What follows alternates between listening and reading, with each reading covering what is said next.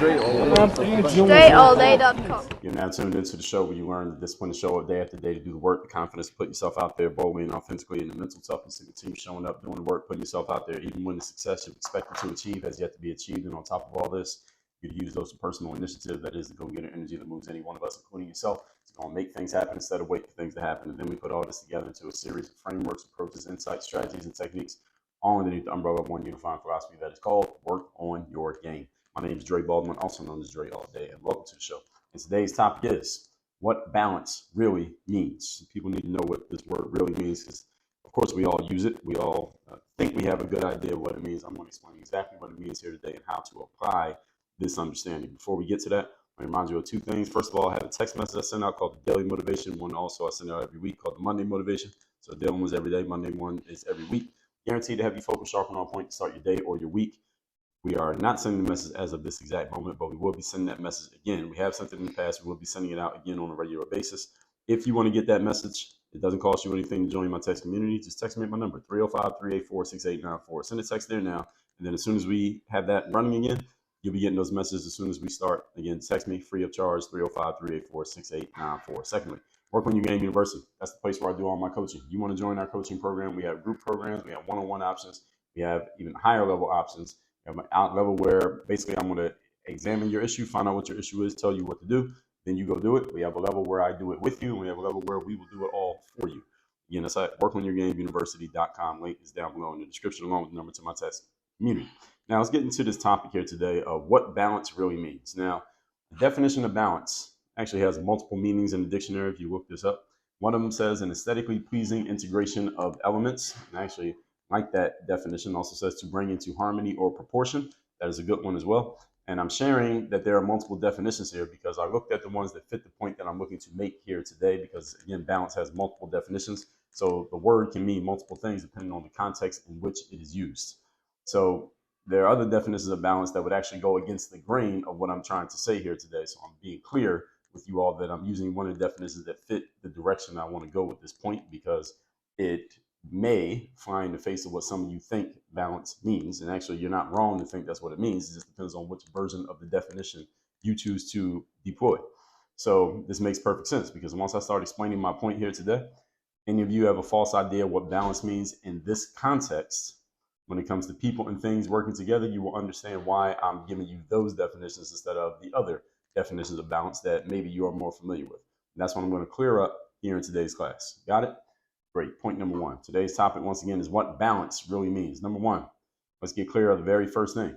Here's the first, at this point, I'm going to fly in the face. I'm going to throw a point out here that's going to fly in the face of what some of you think balance means. Number one, balance is not an even distribution amongst all participants.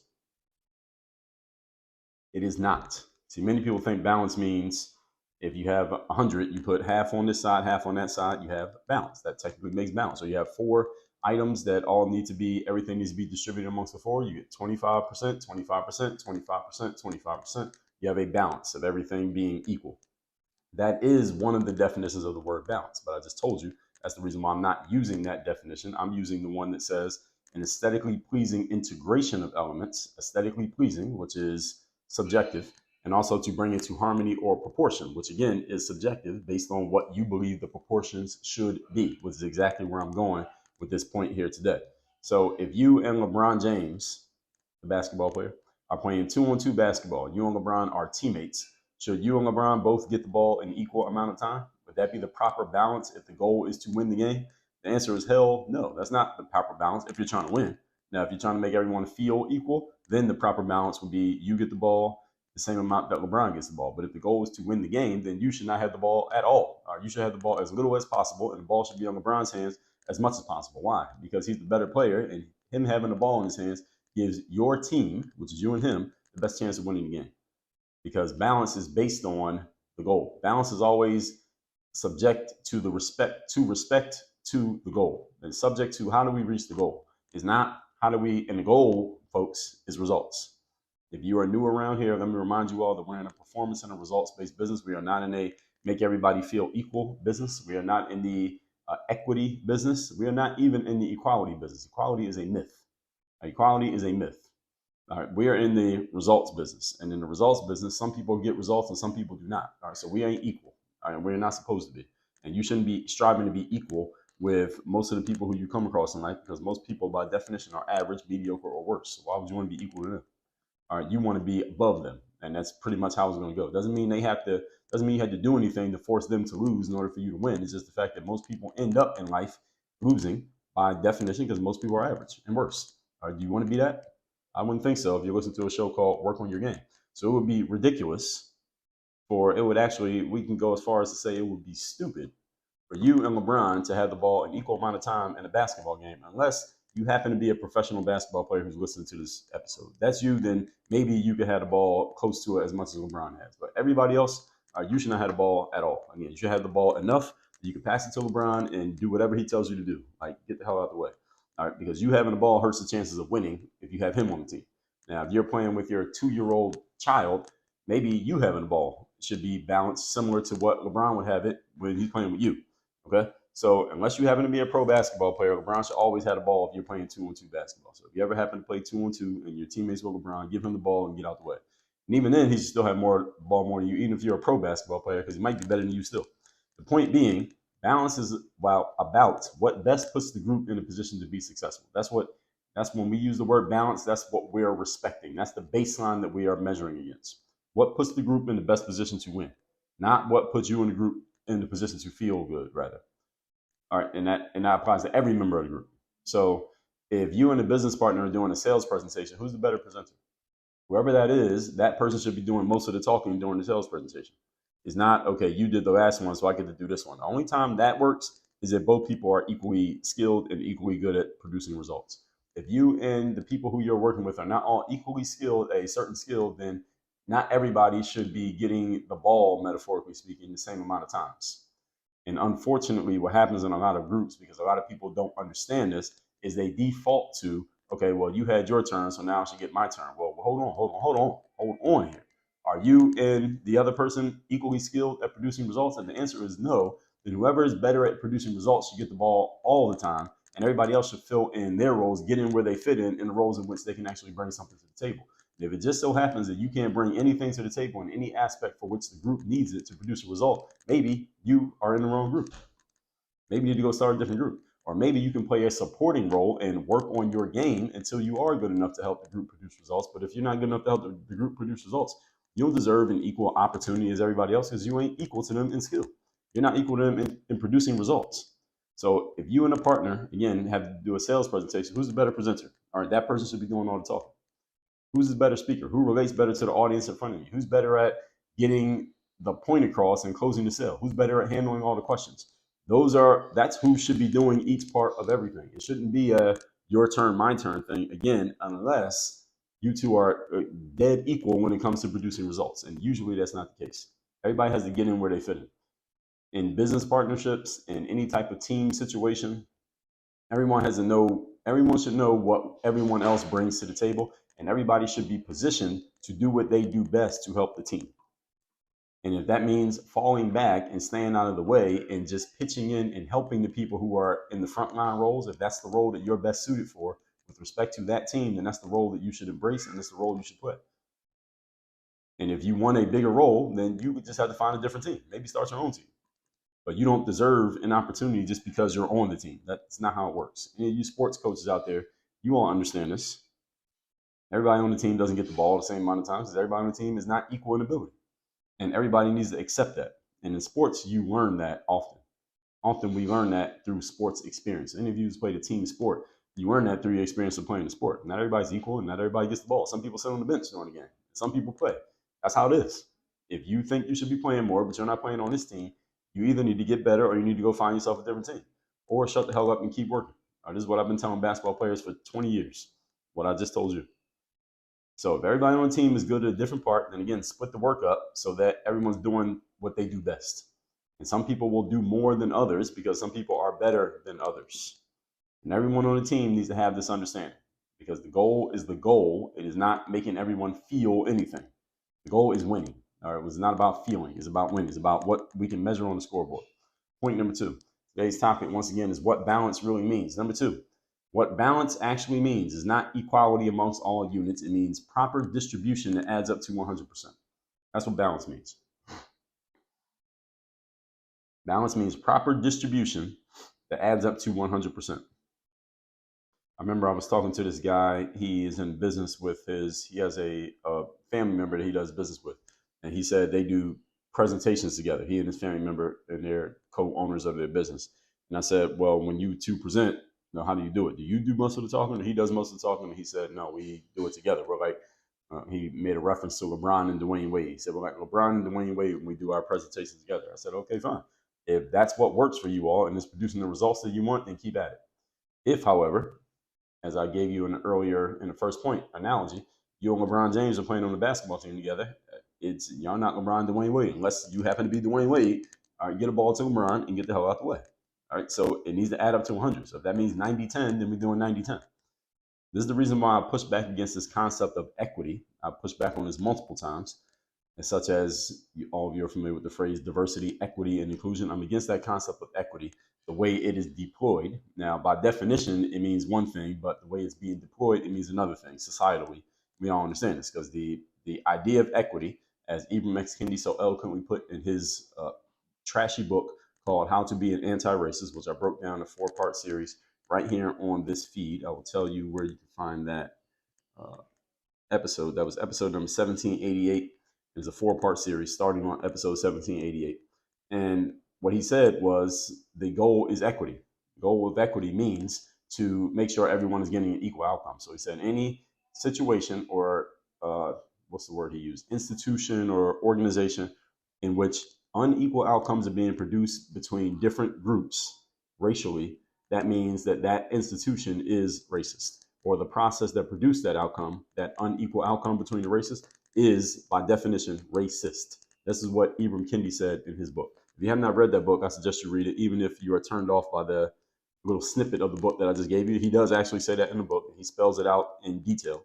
I want you to read the book because you need to understand what is influencing the minds of the people who you might be working with or for right now in your life, because that book has been extremely influential, and Mr. Kendi as well. So the whole point being, this whole concept of equity, I am not on board. Concept of equity as it's presently deployed means everyone should get an equal outcome, which is ridiculous. It makes no sense because not everyone has equal skill. Not everyone does equal amount of work. Not everyone brings equal abilities to the table. Not everyone has equal goals. So how is everybody going to get an equal outcome? It doesn't even logically make any sense. But there are a bunch of people who are bought into this. All right, some of you work at companies that have a pledge or a page on their website, or they have a department, or they have a person in charge of what? Diversity, equity, and inclusion. And this is one of their jobs, to make sure that there are equal outcomes amongst the people who are involved, even though, again, logically, this makes no sense. Equity means everyone getting the same outcome. That's literally what it means. This is humanly impossible. It is nonsensible. How can we all get the same outcomes? How? Tell me how you and I and everybody else listening to this can all get the same outcomes. You can't even begin to figure out how that's going to happen.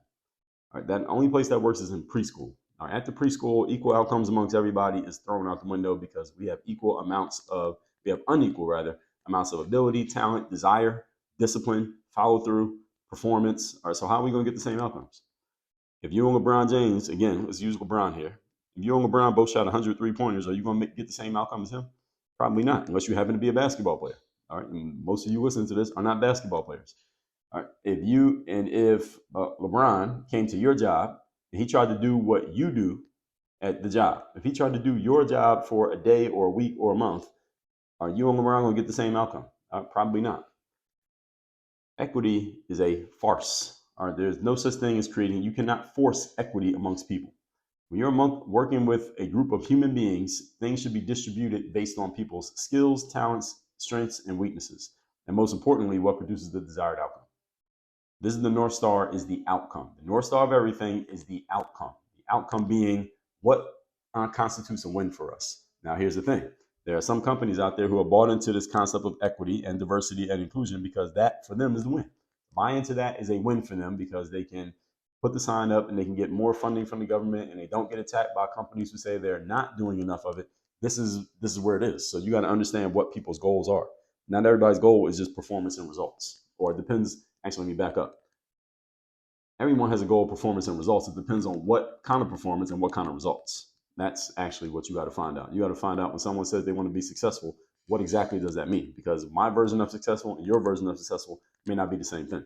And company A may see success as we make this much money, whereas company B says success is, well, we got to have as many black people and gay people and females in the executive suite as we have straight white men in the executive suite. That's their form. That is their version of success. And you can't tell them that they're wrong. It's just you need to understand what game you're in. Again, the reason why we call it work on your game is not just about practicing and working hard and believing in yourself. All of those things matter, but it's also understanding what game you're in. And sometimes some of us go into situations blindly, thinking that the outcome that is desired is one thing when the actual outcome is another thing. And any of you who work in a bureaucratic environment, such as the government, such as corporate America, such as academia, you understand this very well. And if you don't, I'll keep working there. You will understand it very well very soon, or you won't last. Anyway, this is the North Star of what is the desired outcome. And around here, in the work on your game world, the desired outcome is producing results that we can measure that say we have created the outcome, the success that we want to create. This is the North Star. It is not about making you feel included. It's not about everybody getting the same outcome. We're not even trying to do that because it's impossible. And it's not about everybody feeling like they're getting an equal amount of opportunity, because that's not a thing either. Sometimes we need to exclude people in order to achieve the outcome. Let me say that again. Sometimes we need to exclude people in order to achieve the outcome. Talked about this in episode 2170, why we need sameness, imbalance, and exclusion. In other words, the inverse of diversity, equity, and inclusion. Sameness, imbalance, and exclusion. It's episode number 2170. This is why in the sports world, you watch the game, right? You see how there's a bunch of players on the bench while the game is going on? All right, not everybody gets in the game. And this is how it works. And there are some players sitting in the stands who want to be on the team. They'd be happy to sit on the bench, but they weren't going to get on the team, let alone in the game. This is how it works. That's the reason why we admire the sports world and we admire athletes so much, because 99% of people who try to make it don't make it. We admire the ones who did. And if we didn't have the exclusion mandate in the sports world, then it wouldn't mean anything. If everybody who wanted to be on the team was on the team, then the team wouldn't matter. All right, this is the analogy that I draw between the stage and the audience. You know why the stage is such a valuable place to be? Because there's an audience. If there was nobody in the audience, it wouldn't matter who was on the stage because nobody watching you. And if everybody can get on the stage, then it doesn't matter that you got on the stage because everybody got there. The thing that makes something valuable is the scarcity of the opportunity. When everyone gets access to something, it loses its value. And you can apply that to a lot of things. All right, just think about it a little bit. A lot of things in life you can apply that to. Anything that everyone can and has have access to, and does have access to, loses its value simply because everybody's had it. It's the thing that not everybody has access to that is most valuable. Think about that.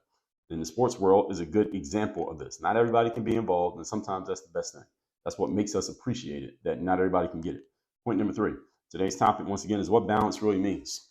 Balance is always measured against, again, desired outcomes. What balance gives us the best chance of achieving the result?